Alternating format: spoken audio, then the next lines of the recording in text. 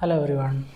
So നമ്മുടെ ലിനക്സിൻ്റെ terminal സീരീസിൻ്റെ last video ആയിട്ടാണ് ഞാൻ ഈ ഒരു വീഡിയോ പ്ലാൻ ചെയ്തിരിക്കുന്നത്. സോ ലാസ്റ്റ് വീഡിയോയിൽ നമ്മൾ ഒരു സോഴ്സ് കോഡ് ഡൗൺലോഡ് ചെയ്ത് അതിനെ മോഡിഫൈ ചെയ്ത് കമ്പൈൽ ചെയ്ത് ബിൽഡ് ചെയ്ത് പിന്നെ അതിനെ ഇൻസ്റ്റാൾ ചെയ്യുന്ന ഒരു രീതിയാണ് കണ്ടത്. ഓക്കെ, സോ ഇത്രയും സ്റ്റെപ്സ് ഫോളോ ചെയ്യാതെ തന്നെ നിങ്ങൾക്ക് ജസ്റ്റ് നിങ്ങൾക്ക് ആവശ്യമുള്ള ഒരു സോഫ്റ്റ്വെയർ ടൂൾ നിങ്ങൾക്ക് സെർച്ച് ചെയ്ത് കണ്ടുപിടിച്ചിട്ട് ജസ്റ്റ് ഇൻസ്റ്റാൾ ചെയ്യാനും പറ്റും. ഓക്കെ, നിങ്ങളിപ്പോൾ ഒരു ആൻഡ്രോയിഡ് യൂസർ ആണെങ്കിൽ നിങ്ങൾ ബേസിക്കലി ആപ്പ് സ്റ്റോറിൽ പോയിട്ട് നിങ്ങൾക്ക് ആവശ്യമുള്ള സോഫ്റ്റ്വെയർ സെർച്ച് ചെയ്ത് കണ്ടുപിടിച്ച് അതിനെ ഇൻസ്റ്റാൾ ചെയ്യാറ് അല്ലേ. അതുപോലെ തന്നെ നിങ്ങൾക്ക് ആപ്പിൾ യൂസർ iOS യൂസർ ആണെങ്കിലും നിങ്ങൾക്ക് ആപ്പിളിന് ആപ്പിൾ സ്റ്റോർ ഉണ്ട്, അതിനകത്ത് നിങ്ങൾക്ക് ആവശ്യമുള്ള സോഫ്റ്റ്വെയർ നിങ്ങൾ ഡൗൺലോഡ് ചെയ്ത് യൂസ് ചെയ്യാം. ഓക്കെ, അതുപോലെ തന്നെ ലിനക്സിന് ഇതേപോലെ ഒരു സോഫ്റ്റ്വെയർ സ്റ്റോർ അല്ലെങ്കിൽ ആപ്ലിക്കേഷൻ സ്റ്റോർ ഉണ്ട്. അതിനെ നമ്മൾ റെപ്പോസിറ്ററീസ് എന്നാണ് വിളിക്കുന്നത്. ഈ റെപ്പോസിറ്ററീസിനകത്ത് ഈ സോഫ്റ്റ്വെയർസ് ഇതിനകത്ത് വെച്ചിരിക്കുന്ന സോഫ്റ്റ്വെയർസ് എല്ലാം പ്രീ കമ്പൈൽഡ് ആയിരിക്കും, അതായത് ആൾറെഡി ബിൽഡ് ചെയ്ത് വെച്ചിരിക്കുന്നതായിരിക്കും. നമുക്കതിനെ ജസ്റ്റ് ഡൗൺലോഡ് ചെയ്ത് ഇൻസ്റ്റാൾ ചെയ്താൽ മാത്രം മതിയാവും. ഓക്കെ, ഞാനിവിടെ യൂസ് ചെയ്യുന്നത് റാസ്ബിയൻ OS ആണ്. അപ്പം ഞാൻ LSB_ കൊടുത്തു കഴിഞ്ഞാൽ നിങ്ങൾക്ക് ഞാൻ യൂസ് ചെയ്യുന്ന സോഫ്റ്റ്വെയറിൻ്റെ ഡീറ്റെയിൽസ് നിങ്ങൾക്ക് കാണാൻ പറ്റും. റാസ്ബിയൻ എന്ന് പറയുന്ന OS ആണ്, അതൊരു ഡെബിയൻ ഡിസ്ട്രിബ്യൂഷനാണ്. ഓക്കെ, നമ്മൾ ലാസ്റ്റ് വീഡിയോയിൽ നമ്മളൊരു നമ്മളൊരു സബ്സ്ക്രൈബർ ചോദിച്ചിരുന്നു, അതായത് ഉബുണ്ടുവിൻ്റെ അല്ലെങ്കിൽ ഉബുണ്ടുവിൽ എല്ലാം എക്സ്പ്ലെയിൻ ചെയ്തിരുന്നെങ്കിൽ കുറച്ചുകൂടെ നന്നായിരിക്കും, പിന്നെ ഉബുണ്ടു അല്ലെങ്കിൽ ലിനക്സിൻ്റെ സോഫ്റ്റ്വെയർ ഇൻസ്റ്റാളേഷനും കൂടെ ഇൻക്ലൂഡ് ചെയ്തിരുന്നെങ്കിൽ നന്നായിരിക്കുമെന്ന്. സോ ഞാൻ അതിനെക്കുറിച്ച് ഇൻസ്റ്റാളേഷൻ വീഡിയോനെ കുറിച്ച് ഞാൻ ആലോചിച്ചതായിരുന്നു. പക്ഷേ മോസ്റ്റ് ഓഫ് ദ കേസ് നിങ്ങളൊരു റിയൽ പ്രൊഫഷണൽ കരിയറിലേക്ക് അല്ലെങ്കിൽ ലിനക്സ് അഡ്മിനിസ്ട്രേറ്റർ ലെവലിലേക്ക് വരുമ്പോഴത്തേക്കും മോസ്റ്റ് ഓഫ് ദ കേസിൽ നിങ്ങൾ ലിനക്സ് ഇൻസ്റ്റാൾ ചെയ്യുന്ന സിനാരിയോസ് വളരെ കുറവായിരിക്കും. ഇപ്പം ഞാൻ സോഫ്റ്റ്വെയർ ഫീൽഡിലാണ്. അപ്പോൾ ഞാൻ most of the cases Linux environment എനിക്ക് ആൾറെഡി കിട്ടുകയാണ് ചെയ്യുന്നത്, എന്നിട്ട് ഞാൻ അതിലേക്ക് വർക്ക് ചെയ്യുകയാണ് ചെയ്യുന്നത്. ഓക്കെ, അപ്പം അത് അങ്ങനെ തന്നെ ആയിരിക്കും 80% ഓഫ് ദ കേസിലും നിങ്ങളും വർക്ക് ചെയ്യുന്നത്. ഓക്കെ, ഞാനിവിടെ എൻ്റെ റാസ്ബെറി മെഷീനിലേക്ക് SSH ചെയ്താണ് ലോഗിൻ ചെയ്യുന്നത്. അത് തന്നെയായിരിക്കും മിക്കവാറും നിങ്ങളുടെ ഒരു IT അല്ലെങ്കിൽ സോഫ്റ്റ്വെയർ ലോകത്തിലേക്ക് നിങ്ങൾ വർക്ക് ചെയ്യുമ്പോഴത്തേക്കും നിങ്ങളും ചെയ്യുന്നത് തന്നെയായിരിക്കും. അതുകൊണ്ടാണ് ഞാൻ ലിനക്സിൻ്റെ ഇൻസ്റ്റലേഷൻ സ്റ്റെപ്സ് അല്ലെങ്കിൽ ലിനക്സിൻ്റെ ഇൻസ്റ്റലേഷൻ വീഡിയോസ് ഞാൻ അവോയ്ഡ് ചെയ്തത്. അത് പക്ഷേ നിങ്ങൾക്ക് ഇൻസ്റ്റലേഷൻ വീഡിയോയിൽ എന്തെങ്കിലും സ്റ്റക്ക് ആവുകയാണെങ്കിൽ ഒബ്വിയസ്ലി നിങ്ങൾക്ക് ട്യൂട്ടോറിയൽസ് അവൈലബിൾ ആണ്, ഡോക്യുമെൻറ്റേഷൻ അവൈലബിൾ ആണ്. പക്ഷേ ലിനക്സിൻ്റെ ഇൻസ്റ്റലേഷൻ അത്ര പാടുള്ള ഒരു കാര്യമായിട്ട് എനിക്ക് തോന്നിയിട്ടില്ല. ഓക്കെ, ജസ്റ്റ് സ്റ്റെപ്സ് ഫോളോ ചെയ്താൽ മാത്രം മതിയാവും. പിന്നീട് ഞാൻ പ്ലാൻ ചെയ്തതെല്ലാം ലിനക്സിൻ്റെ ട്യൂട്ടോറിയൽസ് എല്ലാം ഞാൻ ടെർമിനലിനെ ഫോക്കസ് ചെയ്തതാണ്. അതായത് ഞാൻ കണ്ടിട്ടുള്ള പലരും ഈ സോഫ്റ്റ്വെയർ ഫീൽഡിലേക്ക് വരുന്ന ആൾക്കാർ പലരും ഒന്നല്ലെങ്കിൽ ChatGPT അല്ലെങ്കിൽ AI ടൂൾസ് വെച്ചിട്ടോ അല്ലെങ്കിൽ ബ്രൗസ് ചെയ്ത് ഒരു കമാൻഡ് കണ്ടുപിടിച്ചിട്ട് ആ കമാൻഡ് എടുത്ത് ടെർമിനലിലേക്ക് പേസ്റ്റ് ചെയ്ത് റൺ ചെയ്യുകയാണ് അവർ സാധാരണ ചെയ്യാറ്. ഓക്കെ, അപ്പോൾ അത് ചില കേസുകളിൽ ഒരുപാട് ഡാമേജ് ക്രിയേറ്റ് ചെയ്യും. ഓക്കെ, അത് ബേസിക്കലി നമ്മൾ ലിനക്സിൻ്റെ ടെർമിനൽ അധികം ഫെമിലിയർ അല്ലാത്തത് കൊണ്ടാണ് അങ്ങനെ വരുന്നത്. ഓക്കെ, ഞാനിപ്പോൾ ഈ ട്യൂട്ടോറിയൽ സീരീസ് സെറ്റ് ചെയ്തിരിക്കുന്നതിൽ നിങ്ങൾക്ക് ആൾറെഡി കാണാൻ പറ്റും. ലിനക്സിൻ്റെ ടെർമിനൽ കമാൻഡ്സിൻ്റെ ജനറൽ സ്ട്രക്ചർ ഞാൻ ഒരു വീഡിയോ ചെയ്തിട്ടുണ്ട്, പൈപ്പ് ലൈൻസിൻ്റെ ഒരു വീഡിയോ ചെയ്തിട്ടുണ്ട്, ബേസിക് കമാൻഡ്സിൻ്റെ എല്ലാ വീഡിയോയും ചെയ്തിട്ടുണ്ട്. പിന്നെ ഏറ്റവും ഇമ്പോർട്ടൻ്റ് ആയിട്ടുള്ള എല്ലാവരും വിട്ടുകളയുന്ന ഒരു കൺസെപ്റ്റാണ് മാൻ പേജിൻ്റെ കൺസെപ്റ്റ്. അതുപോലെ തന്നെ സൂഡോ കമാൻഡ്സ് ഏതൊക്കെയാണ് നമ്മൾ സൂഡോ പ്രിവിലേജ് ആവശ്യമില്ലാത്ത കമാൻഡ്സ് എന്നൊക്കെ ലാസ്റ്റ് വീഡിയോയിൽ സബ്സ്ക്രൈബ് ചോദിച്ചിരുന്നു. പക്ഷെ ശരിക്കും പറഞ്ഞാൽ ലിനക്സിൽ ഇഷ്ടംപോലെ കമാൻഡുണ്ട്, നമുക്ക് ഓർത്തിരിക്കാൻ പോലും പറ്റാത്ത അത്രയും വൈബ്രൻ്റ് ആയിട്ടുള്ള കമാൻഡ്സ് ഉണ്ട്. അതേപോലെ നമുക്ക് കമാൻഡ്സുകൾ ക്രിയേറ്റ് ചെയ്യാൻ പറ്റിയ ഏലിയസസ് ക്രിയേറ്റ് ചെയ്യാമെന്നൊക്കെ ഞാൻ കാണിച്ചു തന്നിരുന്നു ബാഷ് സ്ക്രിപ്റ്റ് വെച്ചിട്ട്. bash_rc ഫയൽ എഡിറ്റ് ചെയ്യുന്നത് ഞാൻ കാണിച്ചു തന്നിരുന്നു. ഓക്കെ, അപ്പോൾ ഇതൊക്കെ വെച്ച് നമ്മൾ ആഡ് ചെയ്യുന്ന കമാൻഡ്സും കൂടെ ചേർത്ത് കഴിഞ്ഞാൽ ഒരുപാട് കമാൻഡ്സ് നമുക്ക് ക്രിയേറ്റ് ചെയ്യാൻ പറ്റുന്നതാണ്. അങ്ങനെയാണെങ്കിൽ ഒരുപാട് കമാൻഡ്സ് ലിനക്സിനകത്തും ഉണ്ട്. ഓക്കെ, അപ്പോൾ അതുകൊണ്ട് തന്നെ ഏതൊക്കെ കമാൻഡ്സിനാണ് സൂഡോ കമാൻഡ്സ് ആവശ്യമുള്ളത്, ഏതൊക്കെ കമാൻഡ്സിനാണ് സൂഡോ പ്രിവിലേജസ് ആവശ്യമില്ലാത്തത് എന്നൊക്കെ നമുക്ക് ഒരു ലിസ്റ്റ് എടുക്കുന്നത് വളരെ മെനക്കെട്ട ഒരു പരിപാടിയാണ്. സോ അതുകൊണ്ടാണ് ഞാൻ എപ്പോഴും പറയുന്നത്, നിങ്ങൾക്കൊരു കമാൻഡിൽ ഡൗട്ട് ഉണ്ടെങ്കിൽ പ്ലീസ് നിങ്ങൾ മാൻ പേജ് റെഫർ ചെയ്യുക. മാൻ പേജിൽ ആ ഒരു കമാൻഡ് എങ്ങനെ യൂസ് ചെയ്യാമെന്നുള്ളതിനുള്ള വ്യക്തമായിട്ടുള്ള ഒരു ഡോക്യുമെൻറ്റേഷൻ ഉണ്ടാകും. നിങ്ങൾ ബ്രൗസ് ചെയ്ത് ആ കമാൻഡിനെ പറ്റി ഡീറ്റെയിൽസ് കണ്ടെത്തുന്നതിനെക്കാട്ടിലും പെട്ടെന്ന് നിങ്ങൾക്ക് മാൻ പേജിൽ നിന്ന്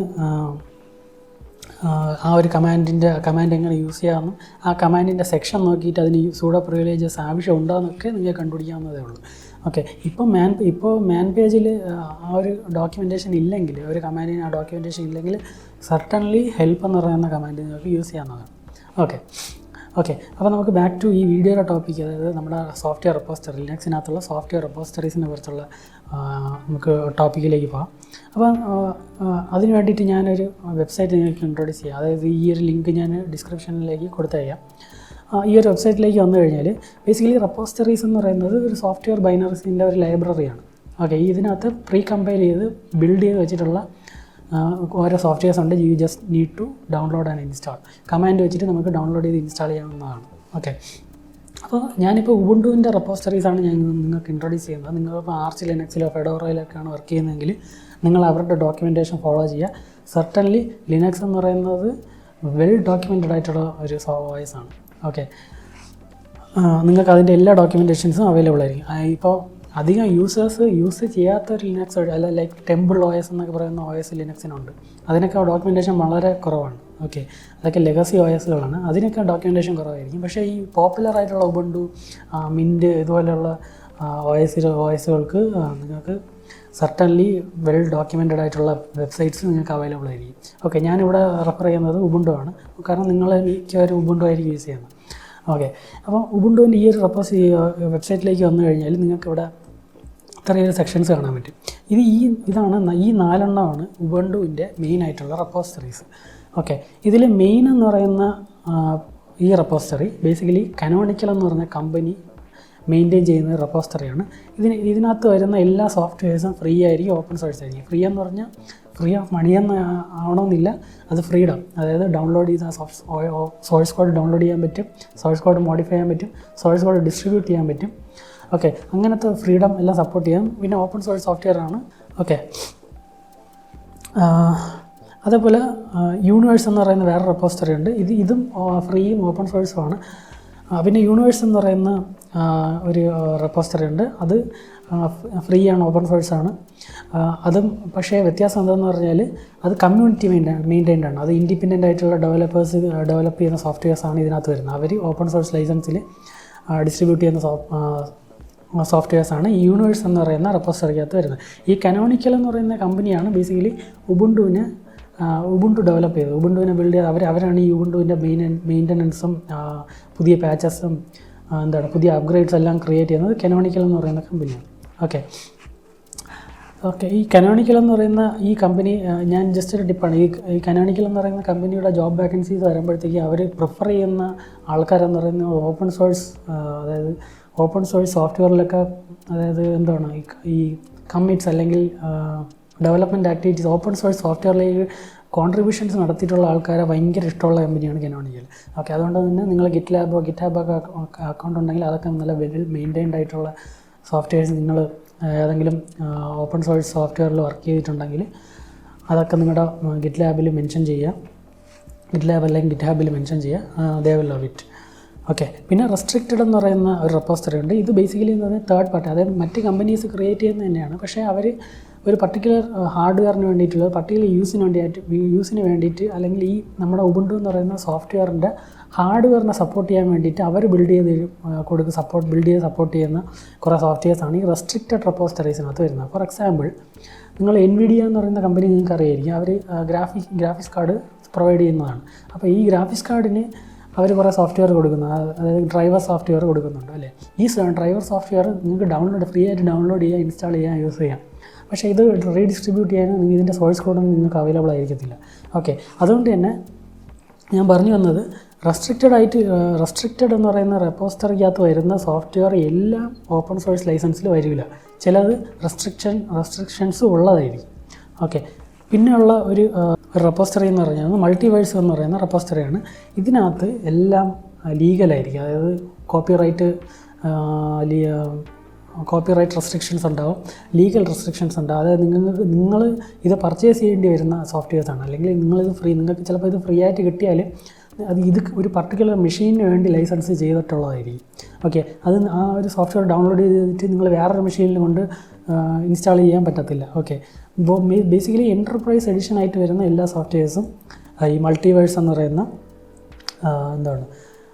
റെപ്പോസിറ്ററിക്കകത്താണ് വരുന്നത്. ഓക്കെ, ഞാൻ ഈ വെബ്സൈറ്റ് നിങ്ങൾക്ക് ഇൻട്രൊഡ്യൂസ് ചെയ്തതിൻ്റെ കാരണം എന്താണെന്ന് പറഞ്ഞാൽ, ബേസിക്കലി നിങ്ങൾ ഇതിനകത്ത് ഈ ഒരു സൈറ്റിൽ നിന്ന് നിങ്ങൾ ഡൗൺലോഡ് ചെയ്ത് ഇൻസ്റ്റാൾ ചെയ്യേണ്ട ആവശ്യമൊന്നും നിങ്ങൾക്ക് വരത്തില്ല. അത് എന്തുകൊണ്ടെന്ന് ഞാൻ പറയാം, പിന്നീട് ഈ വീഡിയോയുടെ അവസാനമൊക്കെ ആകുമ്പോഴത്തേക്ക് ഞാൻ പറയാം. ഓക്കെ, പക്ഷേ നിങ്ങൾക്ക് ഒരു ഒഫീഷ്യൽ ഡോക്യുമെൻറ്റേഷൻ എങ്ങനെ നോക്കിയെടുക്കണമെന്നുള്ള ഒരു അണ്ടർസ്റ്റാൻഡിങ് വരാൻ വേണ്ടിയിട്ടാണ് ഞാനിത് എക്സ്പ്ലെയിൻ ചെയ്തത്. ഓക്കെ, അപ്പോൾ 4 റെപ്പോസിറ്ററീസ് നിങ്ങൾക്ക് മനസ്സിലായി. പിന്നെ ഇതിൻ്റെ താഴേക്ക് പോയി കഴിഞ്ഞാൽ നിങ്ങൾ PPA എന്നൊക്കെ പറഞ്ഞ കൺസെപ്റ്റ് ഇതിനകത്ത് എഴുതിയിട്ടുണ്ട്. PPA എന്ന് പറഞ്ഞാൽ പേഴ്സണൽ പാക്കേജ് ആർക്കൈവ്സ്, ഇത് ഇവിടെ ഉണ്ട്. ഓക്കെ, പേഴ്സണൽ പാക്കേജ് ആർക്കൈവ്സ് എന്ന് പറഞ്ഞാൽ നിങ്ങൾ സ്വയം ക്രിയേറ്റ് ചെയ്യുന്ന സോഫ്റ്റ്വെയർസ് ഉണ്ടല്ലോ, നമ്മൾ ലാസ്റ്റ് വീഡിയോയിൽ സ്വയം കസ്റ്റമൈസ് ചെയ്ത് ബിൽഡ് ചെയ്യുന്ന സോഫ്റ്റ്വെയർസ്, അതിൻ്റെ എല്ലാം കളക്ഷനെയാണ് നമ്മൾ സ്വയം ക്രിയേറ്റ് ചെയ്യുന്ന ഒരു പാക്കേജ് റെപ്പോസിറ്ററി. ഓക്കെ, എന്നിട്ട് ആ റെപ്പോസിറ്ററി നിങ്ങൾക്ക് വേണമെങ്കിൽ അപ്ലോഡ് ചെയ്യാം, അല്ലെങ്കിൽ സബ്മിറ്റ് ചെയ്തിട്ട് അത് പലർക്കും യൂസ് ചെയ്യാൻ പറ്റുന്ന രീതിയിൽ നിങ്ങൾക്ക് പബ്ലിഷ് ചെയ്യാൻ പറ്റും. അതിനാണ് ഈ പേഴ്സണൽ പാക്കേജ് ആർക്കൈവ്സ് എന്ന് പറയുന്നത്. ഓക്കെ, അത് ക്രിയേറ്റ് ചെയ്യുന്ന രീതിയൊക്കെ ഇവിടെ കൊടുത്തിട്ടുണ്ട്. പിന്നീട് ഒരു വെബ്സൈറ്റ് നിങ്ങൾ താഴേക്ക് വരുമ്പോൾ കാണാൻ പറ്റും, packages.ubuntu.com എന്ന് പറയുന്നൊരു സൈറ്റ് കാണാൻ പറ്റും. അതിൽ പുതിയൊരു ടാബിൽ ഓപ്പൺ ചെയ്താൽ നന്നായിരിക്കും. ഓക്കെ, ഇവിടെ താഴെ വരാൻ browse through the list of packages, അതായത് ഉബുണ്ടുവിൻ്റെ റീസെൻ്റ് ആയിട്ടുള്ള വേർഷൻസാണ് ഈ കാണിക്കുന്നത്. ഈ ലിസ്റ്റ് ചെയ്തിരിക്കുന്നത് ജാമി അപ്ഡേറ്റ്സ്, ജാമി ബാക്ക്പോർട്സ് എന്നൊക്കെ പറയുന്ന നോവൽ, ഇങ്ങനെ കുറേ കോഡ് നെയിംസാണ് കൊടുത്തിരിക്കുന്നത്. ഇതിനെ കോഡ് നെയിംസ് എന്നാണ് പറയുന്നത്. അതായത് ഇപ്പം ഞാൻ എൻ്റെ ലാപ്ടോപ്പിൽ ഉപയോഗിക്കുന്ന ഉബുണ്ടു എന്ന് പറയുന്നത് ജാമി ജെല്ലി ഫിഷ് എന്ന് പറയുന്ന കോഡ് നെയിമാണ് യൂസ് ചെയ്യുന്നത്. അപ്പോൾ ഈ കോഡ് നെയിം എങ്ങനെ അറിയാമെന്ന് ചോദിച്ചു കഴിഞ്ഞാൽ, ബേസിക്കലി നിങ്ങൾ ഈ LSB_a എന്ന് പറയുന്ന കമാൻഡ് നിങ്ങൾ സിസ്റ്റത്തിൽ റൺ ചെയ്യുക. ഓക്കെ, ഞാനിപ്പോൾ റാസ്ബിയനിലാണ് റൺ ചെയ്യുന്നത്. റാസ്ബിയൻ എന്ന് പറയുന്നത് ഡെബിയൻ ലിനക്സ് വെർഷനാണ്. ഓക്കെ, ഡെബിയൻ ഡിസ്ട്രിബ്യൂഷനാണ്. സോ ഇതിൽ റണ്ണാവുന്ന എല്ലാ കമാൻഡ്സും എല്ലാ ഡെബിയൻ ഡിസ്ട്രിബ്യൂഷനിലും വർക്ക് ചെയ്യും. ഞാനങ്ങനെ സൂപ്പർ പവർഫുൾ ആയിട്ടുള്ള കമാൻഡ്സുകളൊന്നും ഞാൻ നിങ്ങൾക്ക് ഇൻട്രൊഡ്യൂസ് ചെയ്യുന്നില്ല. ഓക്കെ, 80% ഓഫ് ദ ടൈം ഞാൻ ഈ ട്യൂട്ടോറിയൽ സീരീസിൽ കാണിച്ച കമാൻഡ്സ് തന്നെയായിരിക്കും നിങ്ങൾ യൂസ് ചെയ്യുന്നത്. ഓക്കെ, കമാൻഡ്സ് തന്നെയായിരിക്കും നിങ്ങൾ യൂസ് ചെയ്യുന്നത്. ഞാൻ ഈ ട്യൂട്ടോറിയൽ സീരീസിൽ ചില കൺസെപ്റ്റ് ലൈക്ക് പൈപ്പ് ലൈൻസ് പോലത്തെ കൺസെപ്റ്റ്, ബാഷ് സ്ക്രിപ്റ്റ്, അതുപോലത്തെ കൺസെപ്റ്റുകൾ ഉണ്ടല്ലോ, ആ കൺസെപ്റ്റുകൾ തന്നെയായിരിക്കും നിങ്ങൾ 80% ഓഫ് ദ കേസിൽ നിങ്ങളുടെ കരിയറിൽ as A system admin or Linux user നിങ്ങൾ യൂസ് ചെയ്യുന്നത്. ഓക്കെ, അപ്പോൾ ഈ LSB_release -all എന്ന് പറഞ്ഞ ഓളാണ് ഇതിൻ്റെ കേസിൽ. നിങ്ങൾ മാൻ പേജ് റെഫർ ചെയ്യുക. ഓക്കെ, അപ്പോൾ ഈ -a കൊടുത്തു കഴിഞ്ഞാൽ ഇതിൻ്റെ താഴെ കണ്ടോ കോഡ് നെയിം എന്ന് പറഞ്ഞാൽ ഇവിടെ കണ്ടോ, ഇതാണ് എൻ്റെ OSൻ്റെ കോഡ് നെയിം. അപ്പോൾ എനിക്കിവിടെ ബുക്ക് വാങ്ങുന്നതാണ്. നിങ്ങൾ ഉബുണ്ടുവിലാണ് വർക്ക് ചെയ്യുന്നതെങ്കിൽ നിങ്ങൾ LSB_release -a കൊടുത്തു കഴിഞ്ഞാൽ നിങ്ങൾക്ക് അതിൻ്റെ കോഡ് നെയിമും കിട്ടും. ഓക്കെ, അപ്പോൾ കോഡ് നെയിം കിട്ടിക്കഴിഞ്ഞാൽ നിങ്ങൾ അതിലൊന്ന് ക്ലിക്ക് ചെയ്യുക. അപ്പോൾ ഞാൻ ജാമിയാണ് ക്ലിക്ക് ചെയ്യുന്നത്. അപ്പോൾ അത് ക്ലിക്ക് ചെയ്ത് കഴിയുമ്പോൾ കണ്ടോ, അതായത് ജാമിക്കകത്ത് വരുന്ന എല്ലാ സോഫ്റ്റ്വെയർ പാക്കേജസും നിങ്ങൾക്കിവിടെ ലിസ്റ്റായിട്ട് കിടക്കുന്നത് കാണാൻ പറ്റും. കണ്ടോ, ഇവിടെ മെയിനായിട്ടുള്ളതാണ് കാണിച്ചിരിക്കുന്നത്. നിങ്ങൾക്ക് കംപ്ലീറ്റ് ലിസ്റ്റ് അറിയണമെങ്കിൽ ഏറ്റവും താഴെ വരിക. താഴെ വരുമ്പോൾ ആൾ പാക്കേജസ് എന്ന് പറഞ്ഞ ഒരു ലിങ്ക് കാണാൻ പറ്റും. അതിൻ്റെ തൊട്ട് താഴെ അതിൻ്റെ ബ്രാക്കറ്റിൽ compact compressed text file list എന്ന് പറഞ്ഞ് കാണും. ഓക്കെ, ഇത് നിങ്ങൾ ഒരു ന്യൂ ടാബിൽ ഓപ്പൺ ചെയ്ത് കഴിഞ്ഞാൽ ഒരു നോട്ട് പാഡ് ഫയൽ നിങ്ങൾക്ക് ഡൗൺലോഡ് ചെയ്യാൻ പറ്റും. ഓക്കെ, കണ്ടോ, ഇത് കംപ്ലീറ്റ് ലിസ്റ്റാണ്. ഇതൊരു വലിയ ഫയലാണ്. കണ്ടോ, ഒരുപാട് വലിയ സൈസുള്ള ഒരു ഇതാണ്. ഒരുപാട് സൈസല്ല, ഒരുപാട് ലെന്തി ആയിട്ടുള്ളൊരു ഫയലാണ്. നിങ്ങൾക്കിത് ഇതാണ് കൺവീനിയൻ്റ് എങ്കിൽ ഇതിൽ നോക്കുക, അല്ലെങ്കിൽ നിങ്ങൾ കുറച്ചുകൂടെ പ്രത്യേകമായിട്ട് നിങ്ങൾ ഈ ഒരു സൈറ്റിലെടുത്ത് കയറുക. ഇത് ലിസ്റ്റ് ഇത്തിരി വലുതാണ്, അതുകൊണ്ട് ഇത്രയും സമയം കൊടുക്കുക അത് കംപ്ലീറ്റ്ലി ലോഡ് ആകാൻ വേണ്ടിയിട്ട്. ഓക്കെ, അപ്പോൾ നമുക്ക് നോക്കിക്കഴിഞ്ഞാൽ ഒരു വലിയ ലിസ്റ്റ് ഓഫ് പാക്കേജസ് നിങ്ങൾക്ക് കാണാൻ പറ്റും. ഓക്കെ, കണ്ടോ, ഇവിടെ ഇപ്പോൾ ഇത് 0AD എന്ന് പറയുന്ന പാക്കേജിൽ ബ്രാക്കറ്റിനകത്ത് യൂണിവേഴ്സ് എന്ന് എഴുതിയിട്ടുണ്ട്. അതായത് ഈ ഒരു പാക്കേജ് യൂണിവേഴ്സ് എന്ന് പറഞ്ഞ റെപ്പോസിറ്ററിക്കകത്താണ് ഉള്ളത്. ഓക്കെ, നിങ്ങളിപ്പോൾ ഈ വെബ്സൈറ്റ് നിങ്ങൾ സെർച്ച് ചെയ്ത് കഴിഞ്ഞാൽ റെസ്ട്രിക്റ്റഡ് കണ്ടോ, ഇപ്പോൾ ഈ ഒരു പാക്കേജ് റെസ്ട്രിക്റ്റഡ് എന്ന് പറയുന്ന റെപ്പോസിറ്ററിക്കകത്തുള്ളതാണ്. അതാണ് ഈ സ്ക്വയർ ബ്രാക്കറ്റിനകത്ത് കിടക്കുന്നത്. കണ്ടോ, ഇപ്പോൾ സ്ക്വയർ ബ്രാക്കറ്റിനകത്ത് നിങ്ങൾ ഒന്നും കണ്ടില്ലെങ്കിൽ, ഇപ്പോൾ കണ്ടോ ഈ BBDB എന്ന് പറയുന്ന ഈ ഒരു പാക്കേജ് ഇതിൻ്റെ അടുത്ത് സ്ക്വയർ ബ്രാക്കറ്റിലൊന്നും എഴുതിയിട്ടില്ല. അപ്പോൾ സ്ക്വയർ ബ്രാക്കറ്റിലൊന്നും എഴുതിയിട്ടില്ലെങ്കിൽ അത് മെയിൻ റെപ്പോസിറ്ററിക്കകത്തുള്ള ഒരു പാക്കേജാണ്. ഓക്കെ, അപ്പോൾ ഇങ്ങനെയാണ് നിങ്ങൾ റെപ്പോസിറ്ററീസ് കണ്ടെത്തേണ്ടത്. പാക്കേജസിൻ്റെ കംപ്ലീറ്റ് ലിസ്റ്റ് ഡീറ്റെയിൽസൊക്കെ നിങ്ങൾക്ക് ബ്രൗസർ വെച്ച് കണ്ടെത്താൻ കഴിയുന്നത്. ഓക്കെ, ഞാനിപ്പോൾ ഇതിൻ്റെ മുകളിൽ പോയി കഴിഞ്ഞാൽ ഞാനൊരു പാക്കേജ് എടുത്ത് കാണിച്ചു തരാം. അതിൻ്റെ ഡിപ്പെൻഡൻസീസ് എന്തൊക്കെയാണ്. ഞാനിപ്പോൾ 0AD എന്ന് പറയുന്ന ഈ പാക്കേജ് എടുത്തു കഴിഞ്ഞാൽ കണ്ടോ, ഇതിൽ വീണ്ടും കുറേ പാക്കേജസ് ലിസ്റ്റ് ചെയ്തിട്ടുണ്ട്. അതായത് 0AD എന്ന് പറയുന്ന പാക്കേജ് ഡിപ്പെൻഡ് ചെയ്യുന്ന മറ്റ് പാക്കേജുകളാണ് ഈ കാണിക്കുന്നത്.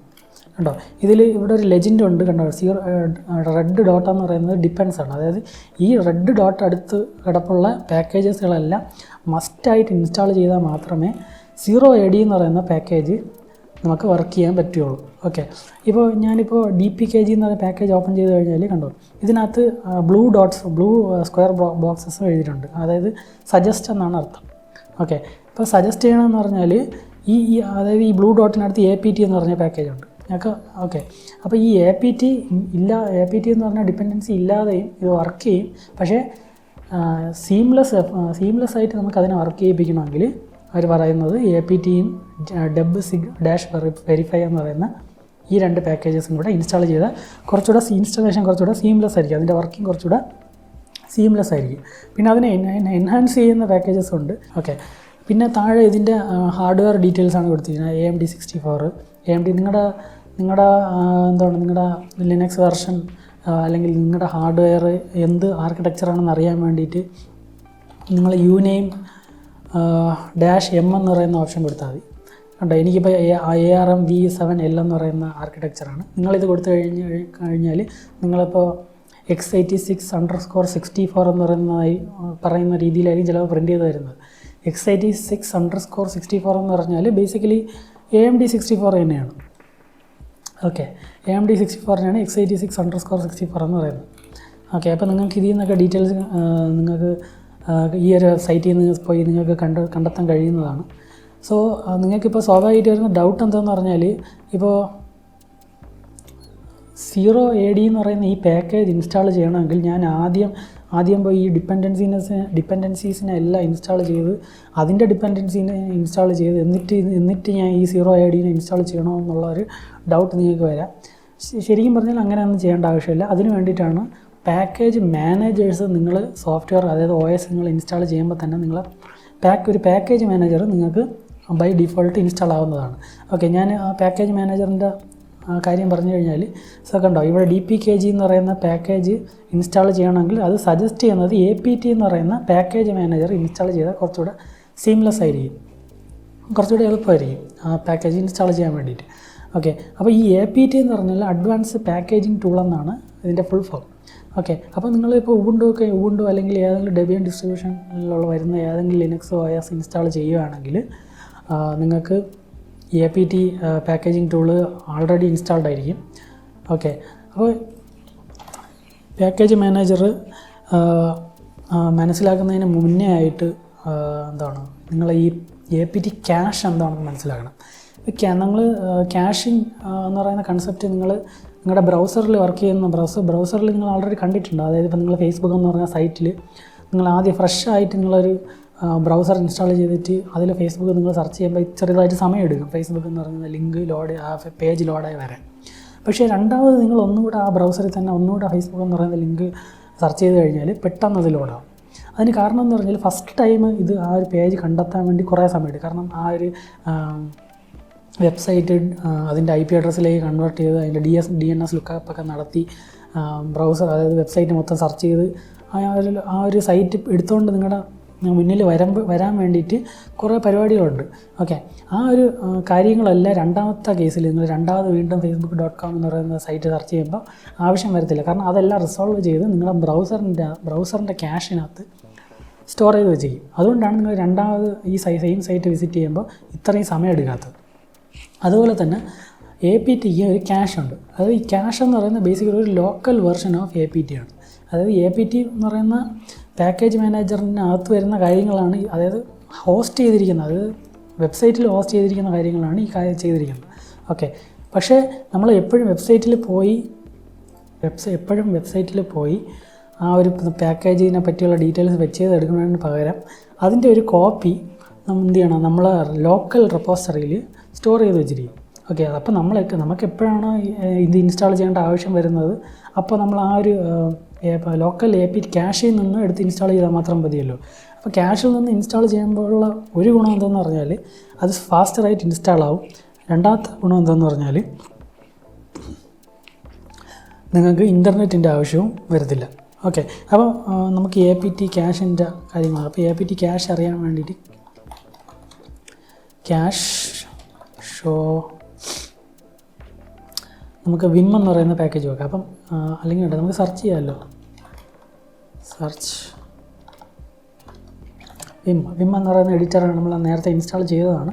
അപ്പോൾ ഞാൻ എ പി ടി ക്യാഷിനകത്ത് വിം എന്ന് പറയുന്ന എഡിറ്റർ ഉണ്ടോ എന്നാണ് ഞാൻ നോക്കുന്നത്. അപ്പോൾ അത് സെർച്ച് ചെയ്യും.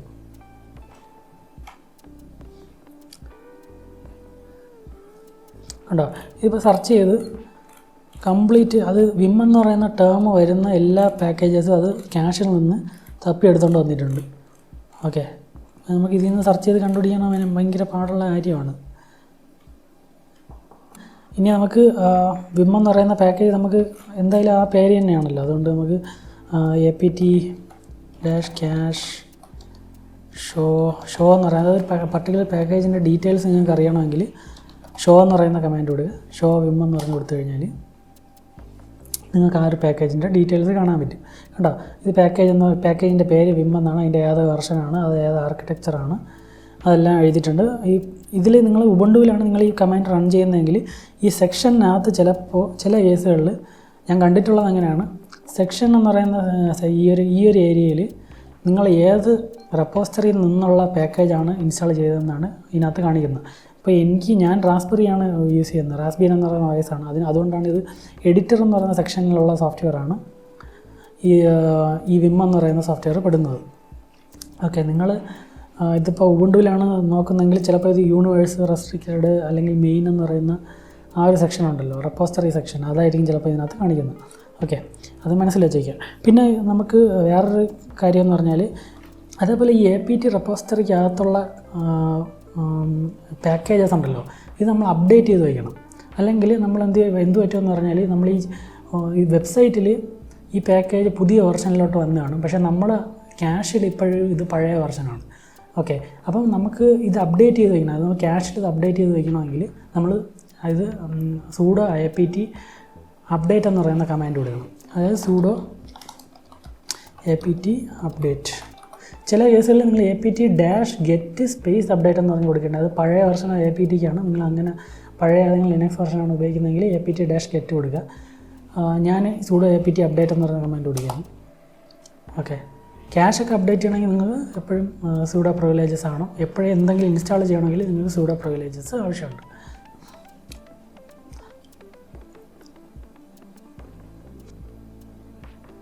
ഓക്കെ, ഇതിപ്പോൾ അപ്ഡേറ്റായി. ഇനി നിങ്ങൾക്ക് അപ്ഡേറ്റ് ആയി കഴിഞ്ഞാൽ നിങ്ങൾ ഈ ലോക്കൽ റെപ്പോസിറ്ററി, അതായത് ക്യാഷിൽ നിന്ന് ഇൻസ്റ്റാൾ ചെയ്ത പാക്കേജസ് ഇപ്പോഴും പഴയതാണ്. കാരണം ക്യാഷിനകത്ത് ലിസ്റ്റ് ചെയ്ത് വെച്ചിരിക്കുന്ന സോഫ്റ്റ്വെയർസ് അതിൻ്റെ വെർഷൻ അപ്ഡേറ്റ് ചെയ്തിട്ടുണ്ടെങ്കിലും നമ്മൾ ഇൻസ്റ്റാൾ ചെയ്തിട്ടുള്ള സോഫ്റ്റ്വെയർസ് എന്താണ് ഇപ്പോഴും പഴയ വെർഷനാണ്.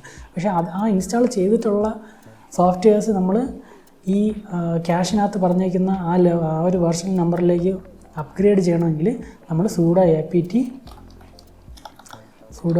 ടി അപ്ഗ്രേഡ് എന്ന് പറയുന്ന കമാൻഡ് കൊടുക്കുക. ഇത് അത്യാവശ്യം സമയം എടുക്കുന്ന ഒരു കാര്യമാണ്. അതുകൊണ്ട് ഞാൻ ആൾറെഡി അപ്ഗ്രേഡ് ചെയ്തിട്ടുണ്ട്, അതുകൊണ്ട് ഞാൻ കൊടുക്കുന്നില്ല. ഓക്കെ, ഇനി ഈ എ പി ടി റെപ്പോസിറ്ററി, അതായത് എ പി ടി ക്യാഷിനകത്ത് കിടക്കുന്ന കാര്യങ്ങൾ നിങ്ങൾക്ക് കാണണമെങ്കിൽ നിങ്ങൾ cd/var/lib A P T list. Okay, ഇതിനകത്ത് പോവുക ls. ഓക്കെ, കണ്ടോ, ഇതെല്ലാം നിങ്ങൾ എ പി ടി ക്യാഷിനകത്ത് കിടക്കുന്ന പാക്കേജസാണ്. ഓക്കെ, ഈ പാക്കേജസിനകത്ത് അതായത് ഇപ്പം raspberry.com Debian list bookworm main binary ARM64 packages എന്ന് പറഞ്ഞാൽ ഇതിനകത്ത് ഒരുപാട് പാക്കേജസ് ഉണ്ടാവും. ഓക്കെ, ഇപ്പോൾ ഞാനിത് ഓപ്പൺ ചെയ്ത് കഴിഞ്ഞാൽ നാനോ വെച്ച് ഓപ്പൺ ചെയ്യാം. ഞാനൊന്ന് കോപ്പി ചെയ്യാം, ഏതെങ്കിലും കോപ്പി ചെയ്യാം. Ctrl+Shift+C Shift+Insert. ഓക്കെ, ഇതിപ്പോൾ കണ്ടോ, ഇതിനകത്ത് ഇപ്പോൾ ALSA ഫേംവെയർ ലോഡേഴ്സ് എന്ന് പറയുന്ന ഒരു പാക്കേജ് ഉണ്ട്, അതിൻ്റെ ഡീറ്റെയിൽസ് ഉണ്ട്. നിങ്ങൾ താഴോട്ട് പോയി കഴിഞ്ഞാൽ അടുത്ത പാക്കേജ് വരും, ആസ്ട്രോമെട്രി, ഡാറ്റ ടു മാസ് എന്നൊക്കെ പറഞ്ഞാൽ ഒരുപാട് പാക്കേജസ് ഇതിനകത്തുണ്ട്. അതുകൊണ്ട് ഇതൊക്കെ ഓരോന്നും ഓരോ ലിസ്റ്റാണ്. ഈ ലിസ്റ്റിൽ നിന്നാണ് എടുത്തുകൊണ്ട് അതിനകത്ത് ലിങ്കൊക്കെ എഴുതി വെച്ചിട്ടുണ്ട്. കണ്ടോ, ഹോം പേജ് എന്ന് പറയുന്ന ലിസ്റ്റ് ഇതുണ്ട്. അതുകൊണ്ട് ഹോം പേജ് എന്ന് പറഞ്ഞാൽ ഈ ഒരു ഇത് ഡൗൺലോഡ് ചെയ്യണമെങ്കിൽ, ഈ ഒരു പാക്കേജ് ഡൗൺലോഡ് ചെയ്യണമെങ്കിൽ ഈ സൈറ്റിൽ പോയിട്ട് ഈ ഒരു സെക്ഷനിൽ പോയിട്ട് ഈ ഒരു ഫയൽ നെയിം എടുത്ത് ഡൗൺലോഡ് ചെയ്യുക. കണ്ടോ, ഇത് ഫയൽ നെയിം കൊടുത്തിട്ടുണ്ട്. നമ്മൾ നേരത്തെ കേൾ എന്ന് പറയുന്ന കമാൻഡ് ഉപയോഗിച്ച് ഒരു പാക്കേജ് ഡൗൺലോഡ് ചെയ്തില്ലേ, അതേപോലെ തന്നെ ഇതിനകത്ത് അവരുടെ ഹോം പേജ് സെക്ഷൻ എന്നിട്ട് ഈ ഫയൽ നെയിം അങ്ങ് ഡൗൺലോഡ് ചെയ്യും. ഓക്കെ, ഇത് പ്രയോറിറ്റിയാണ്. പ്രയോറിറ്റി ബേസിക്കലി എന്ന് പറയുന്നത് എത്ര ഇമ്പോർട്ടൻസ് ലെവലാണ്, അതിനാണ് ഈ പ്രയോറിറ്റി എന്ന് പറഞ്ഞ് കാണിക്കുന്നത്. ഓക്കെ, കണ്ടോ, അതിൻ്റെ എൻക്രിപ്ഷൻ ഇതെല്ലാം ഡീറ്റെയിൽസ്, ആ പാക്കേജിനെ പറ്റിയുള്ള കംപ്ലീറ്റ് ഡീറ്റെയിൽസ് നിങ്ങൾക്ക് ഈ ക്യാഷിനകത്ത്, അതായത് APT ക്യാഷിനകത്ത് സ്റ്റോർ ചെയ്ത് വെച്ചിരിക്കും. ഇത് അപ്ഡേറ്റ് ചെയ്ത് കഴിഞ്ഞാൽ ഈ ഫയലിന് എന്തെങ്കിലും ചേഞ്ച് ഉണ്ടെങ്കിൽ അത് അപ്ഡേറ്റ് ചെയ്യും.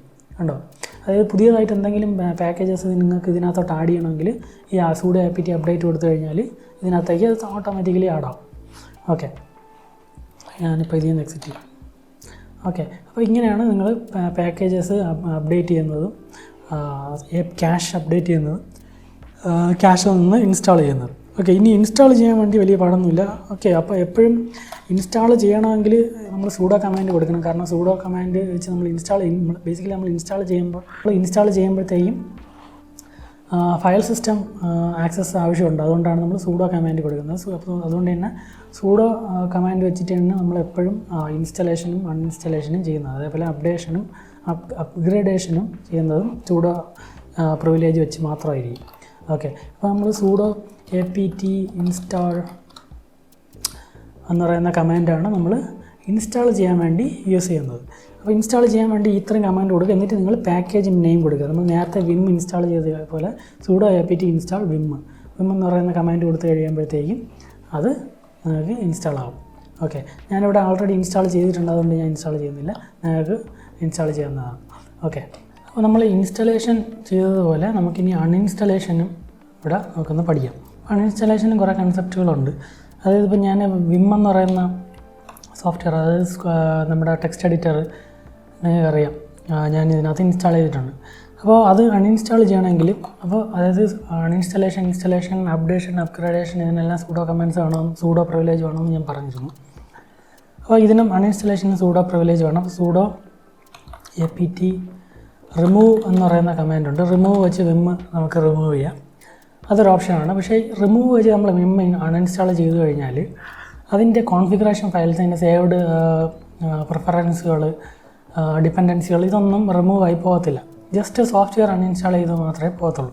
അപ്പോൾ അങ്ങനെ നമ്മൾ കംപ്ലീറ്റ് റിമൂവ് ചെയ്യാൻ വേണ്ടിയിട്ടാണ്, അതായത് ഒരു ആപ്ലിക്കേഷൻ്റെ കോൺഫിഗറേഷൻ ഫയൽസും സേവ്ഡ് ഫയൽസ്, പ്രിഫറൻസുകൾ, അതിൻ്റെ അത് വർക്ക് ചെയ്യാൻ വേണ്ടി കുറേ ഫയൽസ് അത് സേവ് ചെയ്യുമല്ലോ കോൺഫിഗറേഷൻ ഫയൽസ് പോലെ.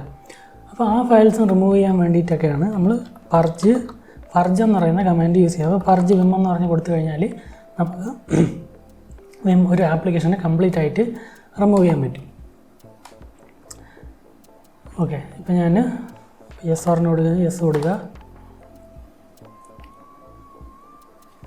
ഓക്കെ, ഇപ്പോൾ നമുക്ക് വിം കംപ്ലീറ്റ് ആയിട്ട് അൺഇൻസ്റ്റാൾ ആയി കഴിഞ്ഞിട്ടുണ്ട്. അപ്പോൾ ഇനി നമുക്ക് ഇത് മാത്രം പോരാ. ലൈക്ക് നമ്മളൊരു സോഫ്റ്റ്വെയർ ഇൻസ്റ്റാൾ ചെയ്യുമ്പോൾ ചില കേസുകളിൽ എന്തൊക്കെയാണെന്ന് പറഞ്ഞാൽ, ചില പാക്കേജസുകൾ അതിൻ്റെ കംപ്രസ്ഡ് വേർഷൻ ഡൗൺലോഡ് ചെയ്തിട്ട് ആ കംപ്രസ്ഡ് വേർഷൻ അൺകംപ്രസ് ചെയ്ത് അതിനെ ഇൻസ്റ്റാൾ ചെയ്യുകയാണ് ചെയ്യുന്നത്. ഓക്കെ, ഈ പരിപാടികളെല്ലാം ചെയ്യുന്നത് അണ്ടർ ദ ഹുഡ് ഇതെല്ലാം ചെയ്യുന്നത് പാക്കേജ് മാനേജറാണ്. അപ്പോൾ നമ്മളിത് അറിയാത്തതാണ്. ഓക്കെ, അപ്പോൾ ഈ ഡൗൺലോഡ് ചെയ്ത കംപ്രസ്ഡ് ഫയൽസൊക്കെ ചെന്ന് കിടക്കുന്നത് ഒരു ലൊക്കേഷനുണ്ട്. അതായത് cd/var ക്യാഷ് apt ആണെന്ന് തോന്നുന്നു, apt ആർക്കൈവ്സ് ഇതിനകത്ത് പോയി കഴിഞ്ഞാൽ കണ്ടോ, ഇത് ഞാൻ ഇൻസ്റ്റാൾ ചെയ്ത, അതായത് അല്ലെങ്കിൽ നമ്മുടെ OS ഇൻസ്റ്റാൾ ചെയ്ത സമയത്ത് കുറേ ഡിപ്പെൻഡൻസീസ് ആയിട്ടുള്ള പാക്കേജസുകൾ, അല്ലെങ്കിൽ ബൈ ഡിഫോൾട്ട് ഇൻസ്റ്റാൾ ചെയ്യുന്ന കുറേ പാക്കേജസുകൾ, അതിൻ്റെ ആർക്കൈവ്സാണ് ഈ വന്ന് കിടക്കുന്നത്. ഓക്കെ, ഈ ആർക്കൈവ്സ് അത്യാവശ്യം സ്പേസ് എടുക്കും. ഓക്കെ, അപ്പോൾ നമ്മളെ വിം ചിലപ്പോൾ ഇൻസ്റ്റാൾ ചെയ്ത് ഇതേപോലെ ഒരു ഡെബിയൻ പാക്കേജ് ഡൗൺലോഡ് ചെയ്ത് ആർക്കൈവ് ഡൗൺലോഡ് ചെയ്ത് അതിനാണ് അൺപാക്ക് ചെയ്ത് അതിനെ ഇൻസ്റ്റാൾ ചെയ്യുന്ന പരിപാടിയായിരിക്കും അതും ചെയ്തത്. പക്ഷേ നമ്മളിപ്പോൾ അൺഇൻസ്റ്റാൾ ചെയ്ത് കഴിഞ്ഞാലും ഇങ്ങനെ എന്തെങ്കിലും ഡെബിയൻ പാക്കേജുകളോ ഇതേപോലെ ആർക്കൈവ്ഡ് പാക്കേജുകളോ ഉണ്ടെങ്കിൽ അതങ്ങനെ തന്നെ കിടക്കും, അത് നമ്മുടെ സ്പേസ് ഓക്യുപ്പൈ ചെയ്ത് തന്നെ കിടക്കും. അപ്പോൾ അങ്ങനെയുള്ള പാക്കേജസിനെ റിമൂവ് ചെയ്യാൻ വേണ്ടിയിട്ട് നിങ്ങൾ sudo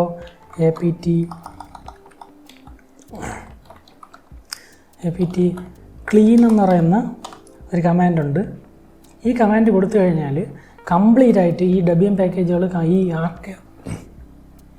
ഈ ആർക്കൈവുകൾ കംപ്ലീറ്റ് ആയിട്ട് റിമൂവ് ആയി പോകും. പക്ഷേ അത് ചില കേസുകളിൽ നമുക്ക് നല്ലൊരു പരിപാടിയല്ല. കാരണം ചില ഒരുപാട് കാലത്തേക്ക് വച്ചിരിക്കുന്ന കുറേ സിസ്റ്റംസൊക്കെ കാണും, ചിലപ്പോൾ സർവേഴ്സൊക്കെ കാണും.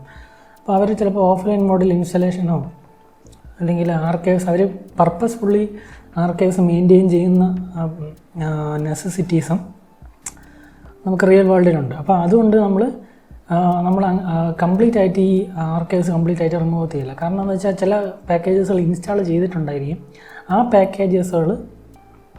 പാക്കേജസിൻ്റെ ആർക്കൈവ്സ് നമുക്ക് ഡിലീറ്റ് ചെയ്യാൻ പാടില്ല. ചിലപ്പോൾ അങ്ങനത്തെ ഒരു ആവശ്യങ്ങൾ വരും. ഓക്കെ, അപ്പോൾ അങ്ങനെയുള്ള കേസുകളിൽ അതായത് അൺഇൻസ്റ്റാൾ ചെയ്തിട്ടുണ്ട് പക്ഷേ അതിൻ്റെ ആർക്കൈവ് അങ്ങനെ തന്നെ കിടക്കുകയാണെങ്കിൽ അങ്ങനെയുള്ള ആർക്കൈവുകൾ മാത്രം നമുക്ക് റിമൂവ് ചെയ്യാൻ പറ്റും. അപ്പോൾ അതായത് ആവശ്യമില്ലാത്ത ആർക്കൈവുകൾ, ഓക്കെ, അതായത് ഇൻസ്റ്റാൾ ചെയ്തിട്ടില്ല പക്ഷേ ആർക്കൈവ് അവിടെ തന്നെ ഉണ്ട്, അങ്ങനെയുള്ള ഡാംഗ്ലിംഗ് ആയിട്ടുള്ള ആർക്കൈവുകളെ നമുക്ക് റിമൂവ് ചെയ്യാൻ വേണ്ടിയിട്ട് ഓട്ടോ ക്ലീൻ എന്ന് പറയുന്ന ഒരു കമാൻഡുണ്ട്. അപ്പോൾ ഈ കമാൻഡ് കൊടുത്തു കഴിഞ്ഞാൽ ഈ ആവശ്യമില്ലാത്ത ആർക്കൈവുകൾ മാത്രം അത് എടുത്ത് കളയും. അതേപോലെ ഇനി വേറൊരു കമാൻഡ് ഇവിടെ ഉണ്ട്. അതായത് നിങ്ങളിപ്പോൾ സോഫ്റ്റ്വെയർ അൺഇൻസ്റ്റാൾ ചെയ്തു, അൺഇൻസ്റ്റാൾ ചെയ്ത സോഫ്റ്റ്വെയറിന് വേറെ കുറേ ഡിപ്പെൻഡൻസീസ് ഉണ്ടെന്ന് നിങ്ങൾ നേരത്തെ നമ്മുടെ വെബ്സൈറ്റ് പോയപ്പോൾ കണ്ടില്ലേ. അതായത് 0AD എന്ന് പറയുന്ന പാക്കേജിന് DPKG എന്ന് പറയുന്ന പാക്കേജ് ഡിപ്പെൻഡൻസി ആയിട്ടുണ്ട്.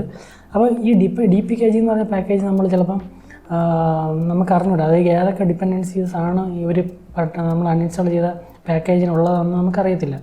ഓക്കെ, അപ്പോൾ നമ്മൾ അൺഇൻസ്റ്റാൾ ചെയ്യുമ്പോൾ ഈ ഡിപ്പെൻഡൻ്റ് ആയിട്ടുള്ള പാക്കേജസ് ചിലപ്പോൾ അൺഇൻസ്റ്റാൾ ആവാതെ കിടക്കും.